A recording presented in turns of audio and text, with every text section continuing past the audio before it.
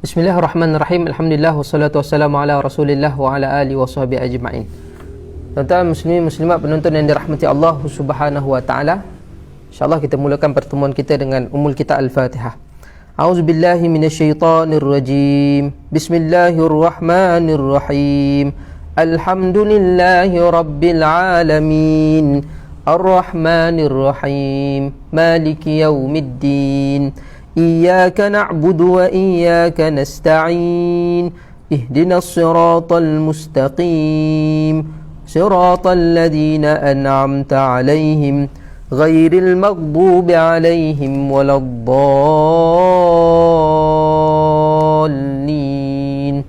آمين. Tuan-tuan muslimin penonton yang dirahmati Allah, insyaAllah pada pagi ini kita sambung sedikit lagi mengenai tajuk kita semalam, iaitu berkaitan dengan mimpi. Apa yang ingin saya kongsikan pada tuan-tuan pada pagi ini, para ulama telah membincangkan mengenai mimpi ni di antara perbincangan yang panjang lebar. Di antaranya juga dibahagikan mimpi itu kepada 3 perkara, iaitu yang pertama mimpi yang tidak berlawanan dengan mimpi yang pertama iaitu mimpi yang benar. Mimpi ni ada 3 kategori, iaitu mimpi yang benar. Yang kedua, mimpi permainan syaitan, tujuannya untuk menakutkan atau menyedihkan anak Adam. Tujuannya untuk menakutkan dan mendatangkan kesedihan pada anak Adam tersebut. Dan yang ketiga iaitu mimpi yang terkesan daripada kehidupan nyata dan realiti manusia sehingga dibawa ke dalam tidur. Baik. Jadi bila kita bercerita tentang mimpi sahaja tuan-tuan dan dirahmati Allah, kita kena tahu bahawa mimpi itu dia ada tiga kategori. Mimpi yang benar, permainan syaitan. Sebab apa syaitan dia datang, dia kuasai dalam orang kata minda separuh sedar kita di waktu kita tidur. Dia menguasai kita ketika itu, tujuannya untuk menakutkan kita ataupun menyedihkan kita. Dia nak melemahkan semangat kita itu. Baik, kemudian juga tuan-tuan yang dirahmati Allah Subhanahu wa taala, tak tersangkut pula butang ni. Allahu akbar. Okey, baik, boleh kita teruskan ya. Yang ketiga iaitu mimpi yang terbawa-bawa. Mana kata apa yang berlaku di alam realiti ni sehingga kan benda itu terbawa-bawa di dalam tidur kita. Itu pun kita panggil mimpi juga. Baik, sebab apa? Sebab apa yang berlaku di sekeliling kita dalam hidup kita itu sehinggakan benda itu terngiang-ngiang, terbawa-bawa dalam tidur kita. Subhanallah. Biasalah macam budak-budak kan, bila waktu siang kita takut-takutkan dia, waktu malam dia mengigau-ngigau, termimpi-mimpi. Sebab apa? Benda yang kita takut-takutkan di waktu siang tu, budak tu dia bawa ke waktu malam. Kalau kita ada budak pula tuan-tuan, kita bagi dia hafal Quran. Ini memang berlaku dekat tahfiz kita ni tuan-tuan dirahmati Allah. Kita ajar dia pagi petang siang malam baca Quran 24 jam Quran je budak ni tuan-tuan dirahmati Allah. Sehingga kan bila dia tidur pun ngigau Quran. Oh bagus. Ada yang suka azan, sikit-sikit azan. Subhanallah. Sampai kan bila dia tidur dia pun kalau ngigau, dia mimpi pun dia mimpi azan. Subhanallah. Sampai satu tahap begitu tuan-tuan dan dirahmati Allah Subhanahu wa taala. Baik. Jadi kategori mimpi ni tuan-tuan dirahmati Allah, kita nak bagi tahu mimpi yang benar, mimpi yang baik itu datangnya daripada Allah, dan halum, mana kata mimpi yang buruk itu datangnya daripada syaitan. Baik. Pada pagi ini saya nak kongsikan pada tuan-tuan ada 3 syarat mimpi itu adalah mimpi yang benar. Selain daripada itu adalah merupakan mimpi yang benar itu daripada Allah, mimpi yang baik itu daripada Allah. Mana kata di situ ada 3 syarat daripada para ulama. Para ulama dia mendatangkan 3 syarat. Kalau perkara ini dia tak melanggari 3 syarat ini, maka mimpi itu adalah mimpi yang benar. Okay, baik. Kita tak cerita waktu lagi. Kalau sebelum ni kita pernah dengar daripada yang berbahagia Datuk bercerita tentang waktu-waktu yang benar ataupun waktu-waktu yang boleh kita ambil peduli tentang mimpi tersebut, dan kita tak perlu ambil peduli pada mimpi tersebut. Okay, itu kita akan masuk. Sebelum tu kita kena tahu apa tanda-tanda mimpi itu adalah mimpi yang benar dan mengikuti syarat-syarat yang saya akan sebutkan. Yang pertama apa dia tuan-tuan yang dirahmati Allah Subhanahu wa taala? Mimpi yang tidak berlawanan dengan hukum syarak. pastikan mimpi tersebut tidak melanggari hukum syarak. Baik. Sama ada mimpi itu contoh dia suruh kita buka aurat ke, ataupun mengambil hak orang lain ke, benda itu tak boleh. Kita mimpi kita jadi jutawan, tapi dalam kita jadi jutawan itu kita menipu orang, kita membohong orang, mana kata dia dah melanggari syarak.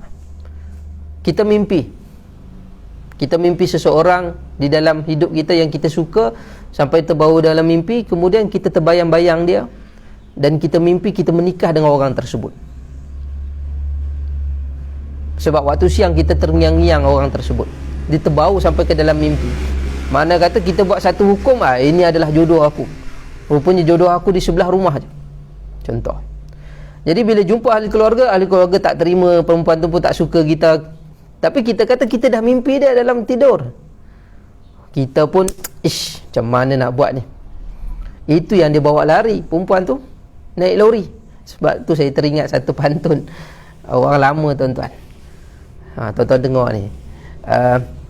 Tanam buluh rapat-rapat supaya puyuh senang berlari. Ku pinang-pinang tak dapat-dapat, ku bawa lari naik lori. Allahu Akbar. Ini bahaya ni, tuan-tuan. Mana kata benda tu melanggari syarak, keluar daripada tata susila ataupun adat kemasyarakatan dan sebagainya. Benda tu tak boleh. Contoh kita sakit dalam mimpi tu, kita mimpi ada seorang lelaki berjubah putih, berserban. Dia kata, kalau kamu nak sihat daripada penyakit kamu ni, kamu kena makan babi. Contoh. Jadi kita cek balik, Islam kata babi tak boleh makan, tapi dalam mimpi tadi dia suruh makan babi. Dah langgar dah. Jadi bila dia berlanggaran, dia tak sama dengan syarak tu tadi, hukum syarak Islam ni tadi, peraturan Islam, perlu ditolak. Satu. Yang kedua, tuan-tuan yang dirahmati Allah, yang kedua, para ulama meletakkan syarat lagi. Yang kedua, mimpi yang benar itu, mimpi yang daripada Allah itu, pastikan yang kedua ini mimpinya tidak berlawanan dengan hukum logik akal. Hukum logik akal. Kita jangan bandingkan zaman Nabi Ibrahim, tuan-tuan dirahmati Allah. Dalam mimpi tersebut, Nabi Ibrahim dia berkata kepada, inni ara fil manami anni adbahuka fanzur madza tara. Aku melihat di dalam mimpiku, wahai anakku, aku menyembelih engkau. Tetapi apa jawapan Nabi Ismail AS? Nabi Ismail kata, inni ara fil manami anni azbahuka fanzur madza tara. Nabi Ismail kata, buatlah apa yang telah diperintahkan, sebab mimpi para nabi merupakan wahyu daripada Allah. Mimpinya pula berulang-ulang kali. Di situ lain pula cerita dia, tuan-tuan dirahmati Allah.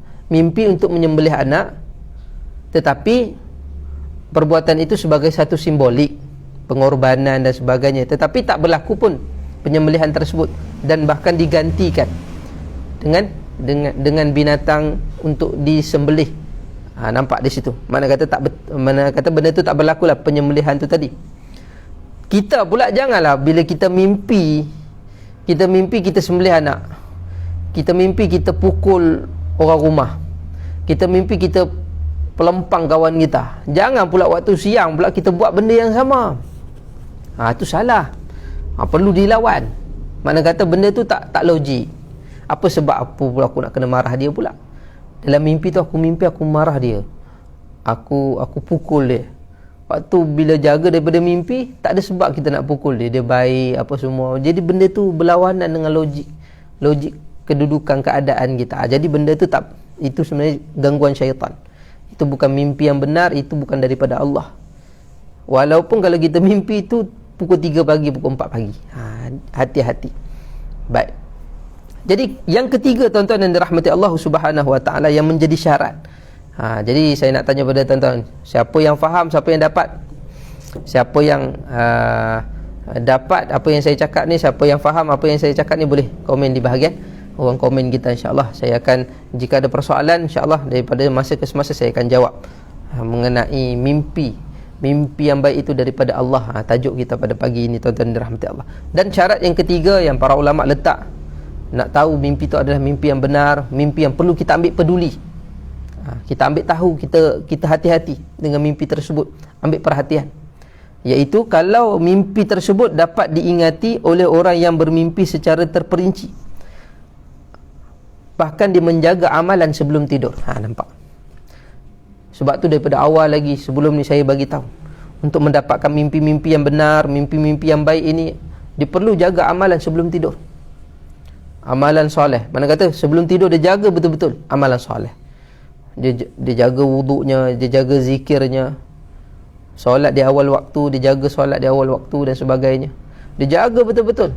Kemudian pada malam tersebut dia mimpi. Bahkan dalam mimpi dia tu dia ingat secara terperinci. Mana kata bukan sama-sama. Kalau sama-sama tu tinggalkan. Mohon perlindungan daripada Allah supaya dijauhkan daripada mimpi-mimpi yang buruk ni tadi. Saya dah sebut dah semalam. Baik. Jadi 3 syarat yang kuat ini merupakan sebagai suatu panduan sebenarnya untuk kita merujuk mimpi-mimpi kita itu dan melihat tafsiran-tafsirannya.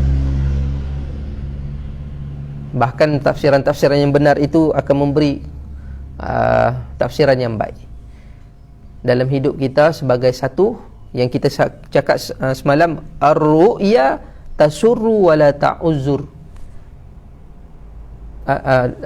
Ar-ru'ya tasurru wa la taghurru. Ghin ra. Mimpi yang baik itu daripada Allah merupakan berita gembira. Allah nak bagi berita gembira pada kita, bukanlah untuk dibangga-banggakan. Ada orang dia mimpi hujan, benda yang baik ciptaan Allah. Mana kata ada mungkin ada rezeki yang mencurah-curah Allah nak bagi. Mimpi hujan ni kalau kita buka dalam Al-Quran, Allah kata apa dia? Contoh ada orang dia mimpi hujan. Saya pernah dapat ada orang dia bagi tahu dia mimpi hujan. Contoh malam tadi tuan-tuan mimpi apa? Tadi malam Jumaat ni. Kok tuan-tuan ada mimpi apa-apa boleh kongsikan. Kok kita boleh kongsikan apa maksud dia. Contoh mimpi hujan. Kalau dalam Al-Quran bila Allah bercerita tentang hujan, contohnya wa allau istaqamu ala tariqati la asqainahum ma'an ghadaqa. Orang yang istiqamah di jalan aku, Allah akan berikan kebahagiaan rezeki dia di dunia dan di akhirat seperti air yang mencurah-curah daripada langit. Mana kata dia akan dapat rezeki yang mencurah-curah kerana ketaatan dia tu tadi di dalam. Jadi maksudnya orang yang mimpi hujan ni tuan-tuan rahmati Allah, yang pertama dia dikategorikan sebagai orang yang taat kepada Allah, orang istiqamah, orang yang jenis istiqamah. Dia memiliki sifat istiqamah yang tinggi. Satu. Yang kedua, orang yang mimpi hujan, maksud dia apa? Dia akan mendapat rezeki yang melimpah ruah. Sama ada cepat ataupun lambat, tapi itu adalah berita gembira yang Allah ingin berikan kepada orang yang mimpi malam tadi. Contoh malam tadi lah, kok tuan-tuan ada mimpi hujan ke, siapa-siapalah, berharaplah. Tak jadi masalah kalau nak berharap pun berharaplah. Tapi jangan berharap tanpa amalan tu tadi. Kita dah kata dah, sebelum dapat mimpi-mimpi yang baik, mesti kena istiqamah dalam ketaatan, jaga amal ibadah. Dalam masa dia jaga amal ibadah, solat awal waktu, zikir tak tinggal, baca Quran tiap-tiap pagi, dia cuba elakkan daripada mengumpat orang dan sebagainya. Mana kata amal buruk dia tinggalkan, dia jauhkan, amal kebaikan dia dekati. Tiba-tiba malam tadi dia mimpi hujan turun contoh. Jadi itu adalah tanda. Ada 2 tanda. Yang pertama, Allah nak bagi tahu dia ni adalah orang yang taat. Satu. Yang kedua, Allah nak bagi tahu dia akan mendapat dengan ketaatan dia tu, Allah nak bagi rezeki yang mencurah-curah. Subhanallah. Jadi bila kita cek balik, oh betul lah. Jadi orang yang cerita kepada saya tentang perkara tersebut, benda tu realiti berlaku kepada hidup dia. Oh hebat. Subhanallah. Itu contoh. Mana kata benda tu ada makna-makna yang tersirat yang boleh kita kongsikan sebenarnya. Baik. Saya mimpi digigit bunga kecil-kecil ustaz. Terasa sakit sangat kat kulit sebab gigi bunga tu nampak sampai terjaga daripada tidur. Berlaku pukul 3 pagi. Allah, saya lupalah nak tengok apa maksud tafsiran mimpi bunga ni. Kan? Saya minta maaf, tak apa. Nanti kita cari balik.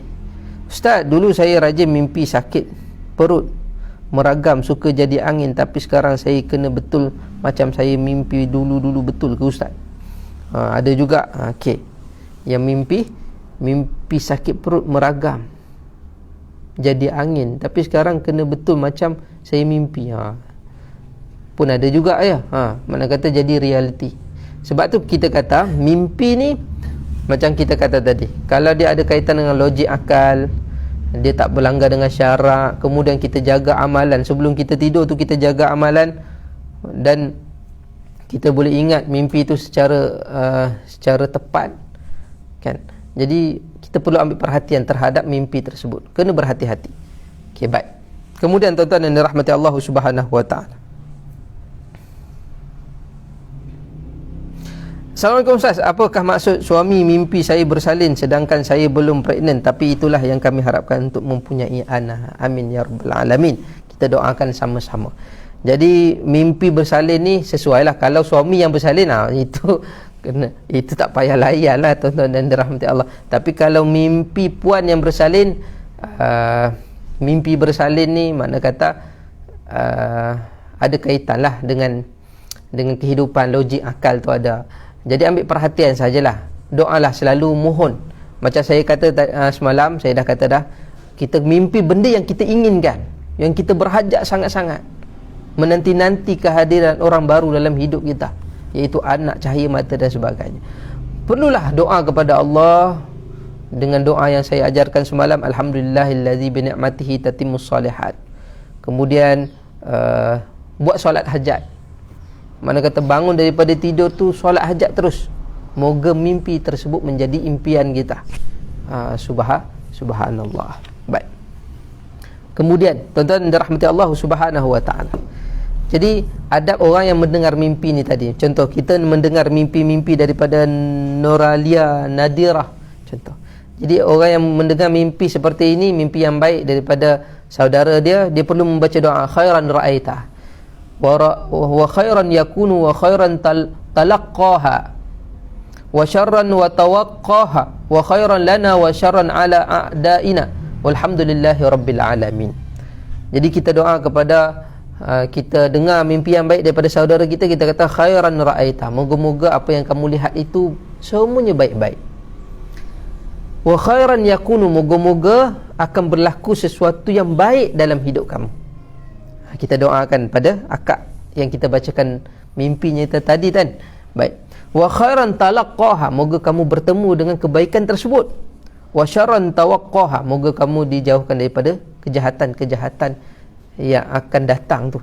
Wa khairan lana wa syarran ala a'daina, moga-moga kita sama-sama mendapat kebaikan. Bila saya dengar cerita yang baik daripada akak di atas mimpi akak tu, moga-moga saya pun dapat kebaikan, tempias kebaikan tu tadi. Wa syarran ala a'daina, moga-moga kita dijauhkan daripada kejahatan musuh-musuh kita ni, iaitu syaitan, di kalangan manusia ataupun di kalangan jin ni, tuan-tuan dirahmati.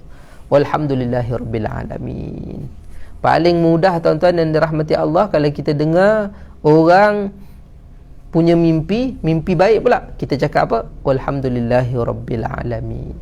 Cakaplah alhamdulillah ya rabbil alamin. Tu paling pendek tu tuan-tuan dan rahmat. Sebab tu Nabi ajarkan doa ini, mengenai tentang doa ini, iaitu apabila kamu ra'aitu ru'ya, sesungguhnya Nabi akan mengucapkan kepada seseorang yang berkata kepadanya bahawa dirinya bermimpi baik.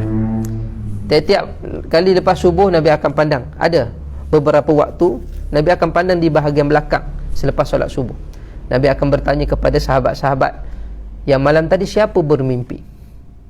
Siapa yang bermimpi baik? Siapa yang ada bermimpi malam tadi? Aku akan tafsirkan mimpi. Nampak? Tafsiran mimpi ni biasa kita tengok dalam Al-Quran. Nabi Yusuf mentafsirkan mimpi, tuan-tuan dirahmati Allah. Begitu juga junjungan Nabi Muhammad sallallahu alaihi wasallam juga, Nabi yang terpilih, Sayyidul Bashar, ketua segala manusia ini, tuan-tuan dirahmati Allah. Nabi sallallahu alaihi wasallam pun mampu menafsir mimpi-mimpi. Subhanallah. Ini kelebihan yang ada pada Nabi sallallahu alaihi wasallam. Baik. Jadi Nabi akan tanya pada para sahabat, kamu mimpi apa?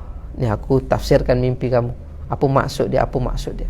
Subhanallah. Bahkan Nabi kalau dengar orang tu je mimpi satu benda yang baik, Nabi akan kata khairan ra'aita wa khairan yakun, khairan talqahu wa syarran tawaqqah, khairan lana wa syarran ala a'daina walhamdulillahi rabbil alamin. Nabi akan baca doa yang saya bacakan tadi.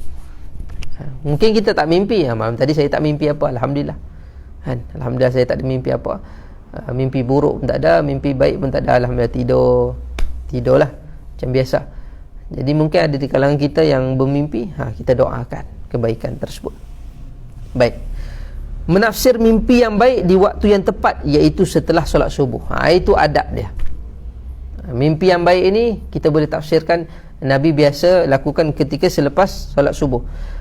Apa hadis dia? An Samurah bin Jundub radhiyallahu anhu qala kana an-nabi sallallahu alaihi wasallam idza shalla as-subha aqbala alaihim biwajhihi faqala hal ra'a ahadun minkum al-barihah ru'yan. Nabi kata, muttafaqun alaih. Daripada sahabat Samurah bin Jundub radhiyallahu anhu berkata, Nabi sallallahu alaihi wasallam jika selesai sahaja solat subuh, Nabi akan menghadapkan wajahnya ke arah para sahabat di belakang. Kemudian Nabi berkata, apakah ada salah seorang daripada di antara kalian yang bermimpi baik tadi malam? Nampak? Okey, baik. Sekarang ni kita masuk pula satu waktu yang digambarkan ada tanda-tanda mimpi yang baik dan benar, iaitu Nabi datangkan satu waktu, iaitu malam tadi. Nabi tak kata siang tadi ada siapa mimpi. Mana kata mimpi di waktu siang, Nabi tak fokus. Nabi tak fokuskan. Sebab tu semalam ada yang bertanya kepada yang berbahagia Datuk, macam mana kalau mimpi tu di waktu siang? Jadi abaikan. Dan Nabi pun tak fokus. Kalau kita tengok daripada hadis ni, Nabi tidak memfokuskan pada waktu siang. Nabi bertanya, hal ra'a ahadun minkum al-barihah ar-ru'ya. Malam tadi ada tak mimpi? Lepas subuh Nabi tanya, malam tadi ada. Mana kata mimpi-mimpi yang baik tu boleh datang pada waktu malam, waktu kita nak tidur tu. Sebab tu sangat penting kita menjaga adab-adab sebelum tidur. Ambil wudu, zikir pada Allah Subhanahu wa taala, baca qul huwallahu 3 kali, ayat qul ya ayyuhal kafirun sekali, ayat kursi sekali sebelum tidur. Jaga amal zikir, dia dua je, kebersihan, bersih dan zikir. Dua ni je. Adab tidur yang perlu sangat-sangat kita jaga adalah bersih, makna kata berwudu sebelum tidur, dan zikir. Sudah memadai. Kalau tak boleh nak baca, contoh ada orang jenis tak boleh nak baca al-mulk. Kalau boleh baca al-mulk lagi bagus, macam-macam surah lagi bagus. Tapi contoh dia jenis orang yang tak kuat beramal, tapi dia boleh ambil jalan pertengahan, iaitu baca qul huwallah yang pendek-pendek. Tapi ada zikir tu ada. Dia jaga amal tu tadi. Kemudian kalau dia bermimpi, jelas pula mimpi tersebut tak ada berlanggar dengan syarak, tak berlanggar dengan logik akal, makna ketika itu dia boleh lihat balik tafsiran mimpi tersebut. Jadi itu kedudukan. Nabi nak bagi tahu siapa yang bermimpi baik malam tadi, aku nak terjemahkan, aku nak takwilkan mimpi tersebut. Nampak tuan-tuan dirahmati Allah. Kemudian tidak berbohong dengan mengatakan telah bermimpi baik. Jadi Nabi kata, man tahallamu bihulmin lam yara kullifa an ya'qida baina sya'iratain wa lan yaf'al. Barang siapa yang berbohong atas mimpi menyatakan telah bermimpi baik, padahal hakikatnya ia tidak bermimpi, maka dia Allah Subhanahu wa taala akan dipaksa untuk mengikat antara dua biji beras dan dia tidak akan mampu. Makna kata ada siksaan yang dia akan terkena pada orang yang berbohong di atas mimpinya itu tadi. Nampak tuan-tuan dirahmati Allah. Makna kata dia tak mimpi baik pun, dia saja-saja reka-reka mimpi dia, padahal mimpi dia tak jelas, tapi dia saja-saja reka mimpi dia tu. Ini bahaya ni. Mana kata padahal dia tak mimpi pun, tapi dia kata dia mimpi. Dia reka-reka. Sebab mimpi kan, benda mimpi kan. Baik. Kemudian sebab tu tak boleh reka-reka. Mimpi ni zaman Rasulullah, di antaranya tuan-tuan dirahmati Allah, para sahabat berkaitan dengan laungan azan. Laungan azan mereka dapat diajar di waktu malam dalam keadaan bermimpi. Ada beberapa para sahabat yang mendapat mendapat. Makna kata Nabi membenarkan mimpi tersebut. Itu di antara waktu, contoh lepas pagi, waktu pagi datang Bilal, Sayyidina Umar dan beberapa sahabat yang lain, dia bercerita kepada Rasulullah mengenai mimpinya yang dia ajar. Kan mereka ni mencari satu jalan, macam mana nak seru orang datang ke masjid, datang ke masjid untuk solat berjemaah. Jadi macam-macam di kalangan para sahabat ni bercadang. Yang seorang cadang main loceng, yang seorang terompet, yang seorang gendang. Nabi kata semua tak boleh. Itu yang seorang tu Yahudi, yang seorang tu Nasrani, yang seorang itu Majusi, yang seorang tu api, asap dan sebagainya. Nabi larang yang tu. Kita kena ada syiar kita sendiri. Jadi masing-masing balik rumah, masing-masing malam tersebut bermimpi. Sayyidina Umar bermimpi, Bilal bin Rabah mimpi, dan beberapa sahabat yang lain mimpi. Abdullah bin Maktum mimpi juga tu, tak silap saya. Mereka diajarkan laungan azan tu tadi. Subhanallah. Jadi Nabi membenarkan mimpi tersebut. Inilah perkataan yang terbaik untuk kita seru orang datang solat. Maka bermulalah laungan azan daripada Bilal bin Rabah dan beberapa para sahabat, tuan-tuan yang dirahmati Allah Subhanahu. Termasuklah Abdullah bin Maktum, seorang yang buta, melaungkan azan, tuan-tuan yang dirahmati Allah Subhanahu wa taala. Jadi azan dikumandangkan, Allahu akbar, Allahu akbar. Satu-satu laungan yang akan dilaungkan sepanjang zaman hingga hari kiamat. Subhanallah. Kalau azan dah tak ada, dekat dah tu dengan kiamat. Tapi azan ni ada lagi, tuan-tuan rahmati Allah, alhamdulillah. Kira okey lah.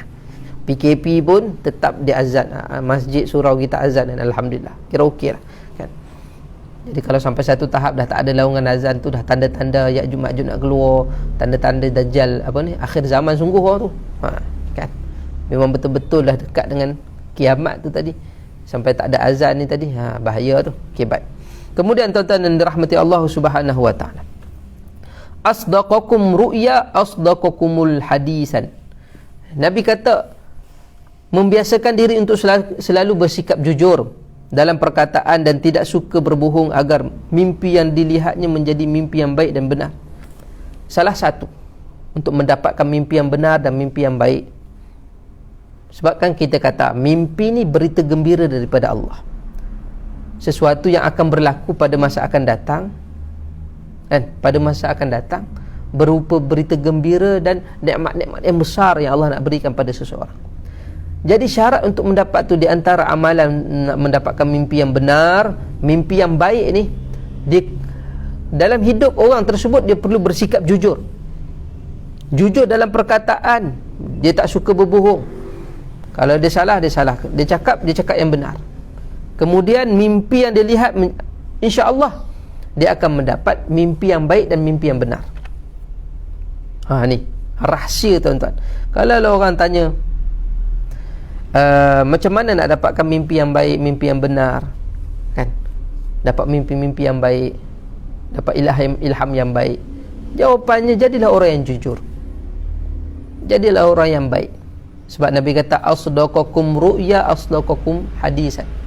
Orang yang mendapat mimpi yang baik, yang benar daripada kalian adalah orang yang jujur di dalam pembicaraan dia.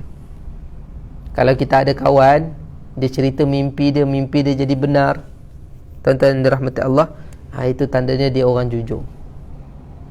Dia orang yang baik. Boleh jadi kawan lah orang kata. Nampak, tuan-tuan yang dirahmati Allah, mimpi dia adalah mimpi yang baik. Itu tandanya dia adalah orang yang jujur, orang yang baik hati dia, akhlak baik, agama baik. Itu tanda. Kalau tak dapat, bukanlah bermakna dia tak jujur, dia tak baik, cuma dia tak dapat mimpi sajalah.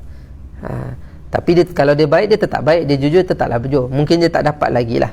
Tapi kalau dia dapat, itu tanda-tanda kawan yang baik, ataupun itu tanda-tanda diri kita ni ke arah yang baik. Kalau kita yang dapat, contoh tuan-tuan dapat. Jadi bukanlah bermakna kita nak declare kita ni orang baik, orang jujur. Tidaklah. Makna kata ada tanda yang baik pada diri kita, dan kita perlu istiqamah dengan perkara tersebut, supaya kita mendapat kebaikan berterusan daripada Allah melalui kebaikan yang kita dapat melalui mimpi ni tadi, tuan-tuan dan dirahmati Allah Subhanahu wa taala. Baik, kemudian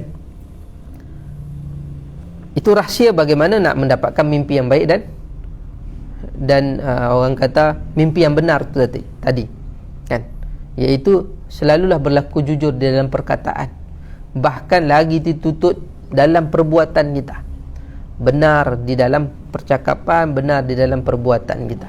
InsyaAllah kita akan menjadi orang yang baik. Kita akan mendapat berita-berita yang baik daripada Allah Subhanahu wa taala. Mengetahui keutamaan mimpi yang baik, di antaranya adalah Nabi kata, kelebihan orang yang mendapat mimpi yang baik, mimpi yang benar ni tuan-tuan dan rahmati Allah, ada satu sisi kelebihan yang diberikan kepada dia, iaitu lam yabqa minan nubuwah illa al-mubasysyarat. Wa mal mubasysyirat ya Rasulullah? Qala ar-ru'ya as-salihah yaraha ar-rajul aw tura lahu. Akhrajahu Ahmad. Tidak tersisa daripada kenabian kecuali mubasysyirat. Para sahabat bertanya, apakah yang dimaksudkan dengan mubasysyirat itu? Beliau menjawab, mimpi yang baik yang dilihat oleh seseorang lelaki ataupun perempuan, atau dilihat untuknya mimpi yang baik untuknya. Mana kata di antara kita panggil tersisanya kita panggil kelebihan-kelebihan yang ada pada para nabi ni tuan-tuan dirahmati Allah, iaitu al-mubasyirat. Dan benda itu semua para nabi, kebanyakannya semua, memang kebanyakannya semua, kita kata bukan kebanyakan lah, maknanya semua para nabi mendapat kelebihan tersebut, iaitu mimpi yang baik, mimpi yang benar ni tadi. Jadi benda tu ada tak di zaman kita? Di zaman kita ni ada ke tak? Jawapannya ada. Dalilnya ni yang saya bacakan tadi. Mana kata ada yang masih terbaki, masih ada di zaman kita. Tapi bukanlah orang tu dikategorikan sebagai nabi. Kita jangan cakap macam tu pula. Bukanlah dia nabi, tapi makna kata dia dapat kelebihan tersebut. Yang ada kelebihan, macam kita solat lah. Kita solat ni amalan para nabi juga. Kita dapat lakukan solat ni tuan-tuan dirahmati Allah, amalan para nabi. Dakwah adalah amalan para nabi. Mana kata tak mustahil lah kita boleh melakukan amalan para nabi. Nabi SAW istighfar, kita istighfar, kita dapat amalan tersebut. Nabi Muhammad SAW tahajud, kita pun tahajud, kita dapat amalan tersebut.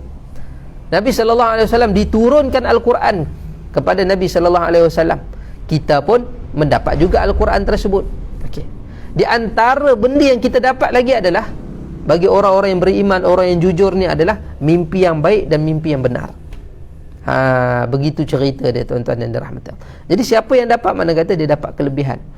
Mimpi yang baik ini mana kata satu berita gembira yang saya sebutkan tadi, berita gembira kepada hamba tersebut. Mungkin benda tu tak berlaku lagi, tapi dia dah mendapat berita tu lebih awal daripada sebelum perkara tu berlaku. Itu kita panggil berita gembira.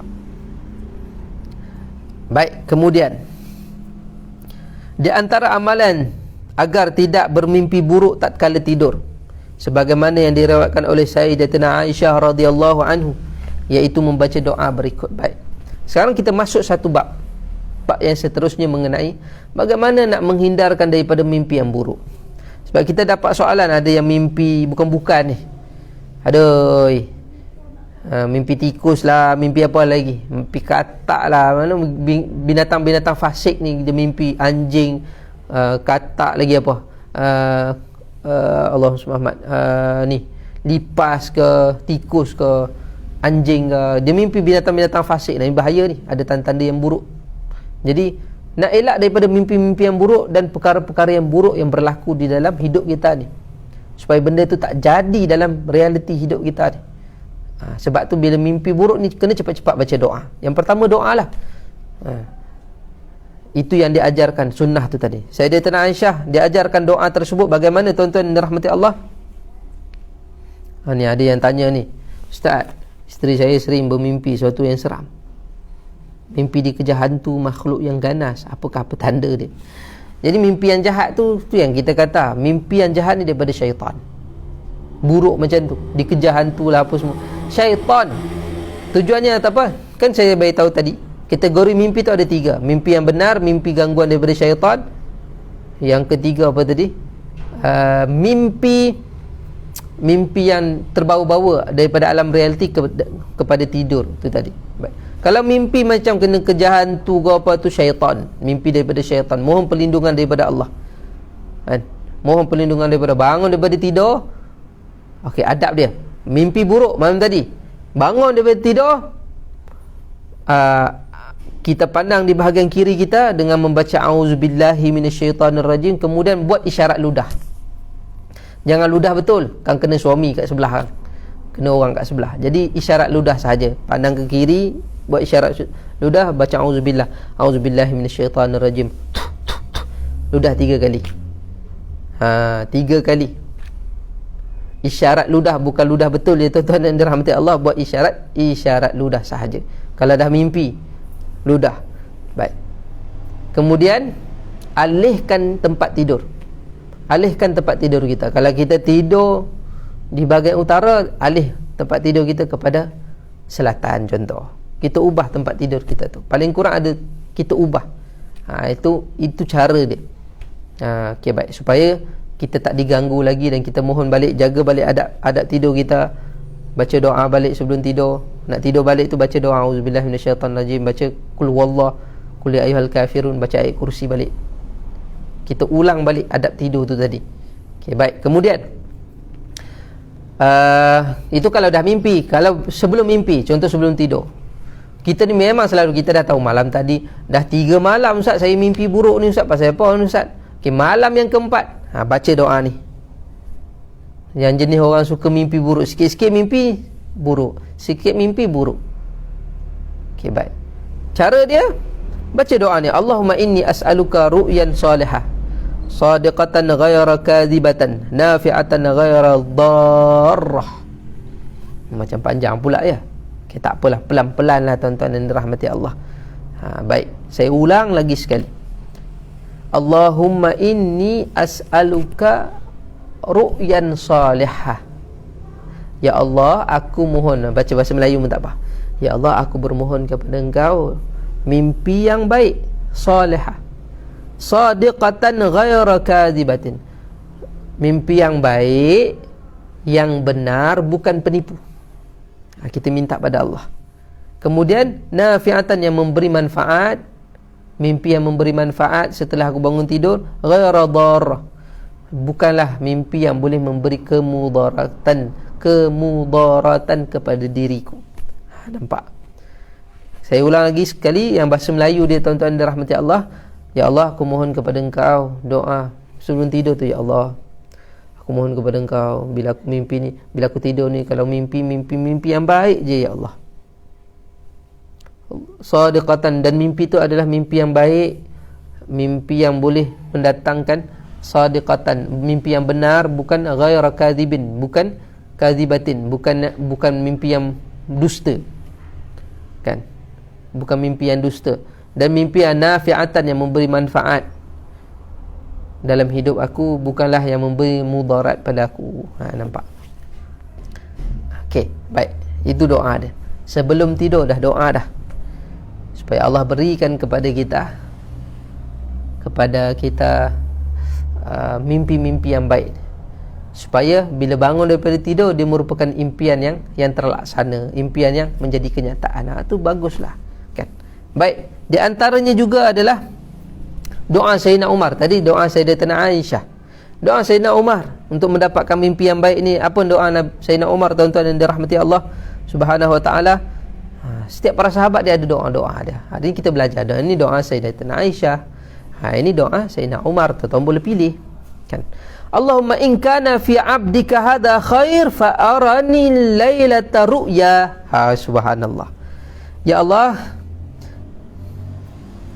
kalau Engkau in kana fi 'abdika hadha khair, kalau Engkau melihat pada diriku ada kebaikan ya Allah, fa arani lailah ru'ya, jadi Kau jadikanlah malam aku ini, Kau perlihatkanlah kepada aku ini mimpi-mimpi yang baik sahaja. Nampak? Doa Sayyidina Umar lain pula. Ya Allah, kalau Engkau tahu di sisi diriku ini ada kebaikan-kebaikan yang aku lakukan, maka Kau anugerahkanlah kepada aku pada malam ini dengan mimpi yang baik. Subhanallah. Kalau Sayyidatina Aisyah tadi lain pula, dia terus minta pada Allah, ya Allah, jadikanlah mimpi, malam ini aku bermimpi dengan mimpi yang baik, yang benar, bukan menipu, bukan mimpi yang tipu, mimpi yang dusta, mimpi yang memberi manfaat, bukan yang memberi mudarat. Itu doa Sayyidatina Aisyah. Kalau Sayyidina Umar lagi power jugalah. Mana kata masing-masing doa dia power, tuan-tuan dirahmati Allah. Sayyidina Umar dia kata apa? Ya Allah, kalau diri ini adalah hamba yang baik di sisimu, ya Allah, kau anugerahkan pada malam ini mimpi-mimpi yang baik, ya Allah. Subhanallah. Tuan-tuan boleh gunakan ayat ni. Bukanlah nak paksa pada Tuhan, paksa Tuhan bagi kita mimpi yang baik, kan? Bukan. Tetapi ialah tak jadi masalah kalau kita doa seperti kita gunakan Sayyidina Umar punya doa ni di dalam kehidupan kita, untuk dapatkan mimpi yang baik. Ya Allah, kalau kau tahu aku ni adalah hamba yang baik, hamba yang bertaubat, hamba yang istighfar, hamba yang mohon taubat pada Engkau, ada sedikit kebaikan pada sisiku kepadamu, ya Allah, aku mohon dengan itu kau anugerahkanlah kepada aku mimpi yang baik pada malam ini. Nampak? Pun boleh juga kita doa seperti itu, tuan-tuan dan dirahmati Allah Subhanahu wa taala. Baik. Kemudian di antara surah-surah Al-Quran dan doa-doa yang dibaca sebelum tidur agar terpelihara daripada gangguan syaitan yang dapat menguasai mimpi kita, yang ganggu mimpi kita ni tadi, yang mengganggu kita ketika tidur ni. Dan amalan surah-surah ini kalau kita buat, insya-Allah kita akan mendapat mimpi yang baik. Iaitu apa dia, tuan-tuan yang dirahmati Allah? Saya nak kongsikan ni. Apakah amalan tersebut? Surah-surah yang digalakkan dibaca untuk mendapatkan mimpi-mimpi yang baik. Tadi saya ada sebut, tapi kalau tuan-tuan ingat, mungkin tuan-tuan akan, kalau tuan-tuan ambil perhatian, mesti tuan-tuan akan faham. Dan amalannya adalah amalan saya sampai daripada dulu lagi lah, daripada saya sekolah rendah lagi, sekolah menengah lagi. Saya bukan sekolah rendah, menengah. Daripada saya, mana kata, saya diajar daripada kecil lah. Saya diajar oleh ibu bapa saya sebelum tidur ayat kursi, mana kata, lepas tu tasbih Fatimah, qul huwallah 3 kali, qul ya ayyuhal kafirun. Benda ni berterusan dalam hidup saya. Dan alhamdulillah, kadang-kadang ada baca, kadang-kadang tak baca, kadang-kadang lupa, kadang-kadang adalah. Tapi kita latihlah, cuba benda tu jadikan istiqamah dalam hidup kita, amalan-amalan ni.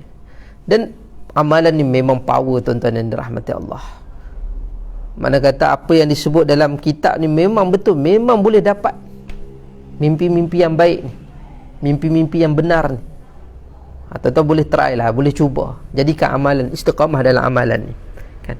Mungkin di akhir-akhir hidup kita Allah beri rezeki kita melihat syurga ke, wallahu alam. Para sahabat dapat, tuan-tuan dirahmati Allah, mereka melihat syurga, mereka melihat. Bahkan mungkin dengan amalan-amalan ini kita dapat sesuatu yang baik, berita baik tentang kehidupan kita di akhirat kelak ke, wallahu alam, kita tak tahu. Ataupun dengan amalan ini kita mendapat kehidupan yang baik. Yang penting kehidupan yang baik, tuan-tuan. Kita ni bukanlah wali Allah, kita ni orang biasa-biasa, tapi kita mahukan kebaikan-kebaikan ini, kan? Jadi buatlah amalan ini, bukan susah. Dapat alhamdulillah, tak dapat bukan rezeki kita. Kita kena anggap macam tu. Mungkin ada rezeki kita yang lebih baik, kan? Ada orang hidup di zaman Rasulullah, dapat melihat Rasulullah, beriman pada Rasulullah. Hebat rezeki mereka. Tapi rezeki kita tak hidup di zaman Rasulullah, tapi kita beriman pada Rasulullah, kita beramal dengan sunnah Rasulullah. Alhamdulillah, kita syukur beriman. Dan kita terselamat daripada orang yang hidup di zaman Rasulullah, menolak Rasulullah, meninggalkan Rasulullah. Ada juga, kan? Lagi teruk, tak hidup di zaman Rasulullah dan tak beriman dengan Rasulullah. Itu lagi rugi, tak tahu apa nasib dia. Jadi kalau kita buat pun amalan ini, tuan-tuan dirahmati Allah, sekurang-kurang kita mendapat kebaikan-kebaikan ini secara berterusan, walaupun walaupun kita tak dapat melalui mimpi, tetapi amalan kita jangan mengharap sebenarnya. Sebenarnya kena mengharap lah. Mengharap benda yang baik ni memang sesuatu benda yang digalakkan, kan? Bahkan Sayyidina Umar, contohnya Sayyidina Umar yang kita bacakan tadi, Sayyidatina Aisyah, dia mengharapkan mimpi yang baik itu tadi. Tapi kalau benda tu tak berlaku dalam hidup kita, kita tak bolehlah, kita kena usaha perbaiki baliklah kita punya amalan tu tadi. Nampak tu. Baik, kalau benda ni tak dapat, tapi setakat ini sangat mujarab amalan-amalan surah-surah ni, tuan-tuan yang dirahmati Allah Subhanahu Wa Taala. Kalau tak boleh buat semua, saya akan bagi tahu beberapa surah yang boleh tuan-tuan teruskan amalkan. Baik, yang pertama surah Asy-Syams, wasyamsi wadduhaha wal qamari idza talaha wan nahari idza jallaha wal laili idza yaghshaha was samai wama banaha wal ardi wama tahaha wa nafsi wama sawwaha fa alhamaha fujuraha wa taqwaha. Kalau kita tengok balik surah ni, surah ini bercerita tentang fa alhamaha fujuraha. Ni ayat dia. Fa alhamaha fujuraha wa taqwaha. Allah mengilhamkan fujuraha wa taqwaha. Allah akan datang pada setiap orang daripada kita ni, akan diilhamkan perkara yang baik dan perkara yang berkaitan dengan ketakwaan dan perkara yang buruk. Jadi dia yang memilih jalan tersebut. Okey. Jadi di situ kita mengharapkan fa'alhamaha fujur wa taqwaha, kita mengharapkan ketakwaan pada Allah. Jadi ayat surah ni sangat bagus ditadabbur sebelum tidur, dibaca sebelum tidur. Begitu juga dengan surah Al-Lail, bercerita tentang pujian-pujian kita kepada Allah Subhanahu Wa Taala, sangat bagus kita bacakan sebelum tidur. Sabbihisma rabbikal a'la alladhi khalaqa fasawwa walladhi qaddara fahada walladhi akhrajal mar'a. Bahkan ayat ini mengingatkan kita, poin dia, di antara poin dia, walal akhiratu khairun laka minal walal akhiratu khairun wa abqa. Dia mengajak kita untuk menilai dunia ni sebagai tempat yang sementara dan akhirat adalah kekal selamanya. Bagus kita baca surah ni. Begitu juga dengan surah At-Tin, surah yang ketiga sebelum tidur, elok kita baca untuk dapatkan mimpi yang baik ataupun mimpi yang benar dan mimpi yang baik ni. Surah At-Tin, baca dia, wattini wazaituni waturisini wa hadzal baladil amin. Dalam ayat ini poin yang kita boleh dapat, Allah nak bagi tahu, Allah baik kita baca sebab dia mendatangkan kita panggil kita confident diri kita. Bila kita baca surah ni, kita sedang digambarkan oleh Allah tentang penciptaan kita ni. Allah kata apa? Laqad khalaqnal insana fi ahsani taqwim summa radadnahu asfala safilin. Ayat ini Allah nak bagi tahu, Allah ciptakan kita ada sebaik-baik manusia. Sangat ajaib. Manusia yang sangat ajaib, ciptaan yang sangat hebat. Ahsani taqwim, ahsani, sangat-sangat terbaik Allah kata. Summa radadnahu asfala safilin. Tapi kadang-kadang mereka yang menjatuhkan maruah diri mereka, kemuliaan mereka ni, Allah nak gambarkan. Jadi elok kita bermuhasabah dengan surah ni tadi. Begitu juga dengan surah Al-Kafirun. Kita mendatangkan surah Al-Kafirun sebelum tidur, baca surah Al-Kafirun. Di antara amalan dia, surah yang ke berapa tu? Yang keempat. Sebelum tidur baca surah Al-Kafirun. Tadabbur surah Al-Kafirun, kalau kita faham, dia mengajak kita mentauhidkan Allah, yakin pada Allah. Lam yalid wa lam yulad wa lam lakum dinukum waliyadin. Makna kata kul ya ayyuhal kafirun la a'budu ma ta'budun. Kita menguatkan balik tauhid kita, keimanan kita pada Allah sebelum tidur. Sangat bagus. Di situ akan membantu untuk mendapatkan mimpi yang baik dan mimpi yang benar. Begitu juga surah Al-Ikhlas, surah Al-Falaq, surah An-Nas. Surah Al-Ikhlas menambahkan keyakinan kita. Mana kata kalau kita muhasabah surah Al-Ikhlas, dia mengajar kita untuk menjadi orang yang ikhlas. Ikhlas di dalam mentauhidkan Allah, ikhlas dalam beribadah kepada Allah, mengajar. Jadi mudah kita, bila kita buat benda ni, kita faham, kita muhasabah, kita akan dapat kebaikan daripada apa yang kita bacakan tu tadi. Begitu juga dengan surah Al-Falaq, kita mohon perlindungan daripada Allah. Surah An-Nas, kita mohon perlindungan daripada Allah Subhanahu Wa Taala, daripada kejahatan malam, kejahatan siang, daripada kejahatan jin dan manusia. Jadi bila kita baca semua surah-surah ni, maka surah-surah ini akan membantu untuk kita mendapatkan mimpi yang baik dan mimpi yang benar. Ini surah yang sangat kita baca, yang digalakkan untuk kita baca, tuan-tuan dan dirahmati Allah Subhanahu Wa Taala, sebelum tidur. Kalau tak boleh nak baca surah-surah yang panjang, nak baca Al-Baqarah, kenapa tak baca Al-Baqarah je Ustaz? Contoh orang tanya, dah surah tu panjang, tak ada nak habis dah kan. Kenapa tak baca surah Al-A'raf? Kenapa tak baca surah yang lain, surah Taubah ke apa, panjang, tak dan kita nak tidur nanti, ataupun tak dan nak habis surah tu kita dah tertidur. Itu pun masalah juga tuan-tuan.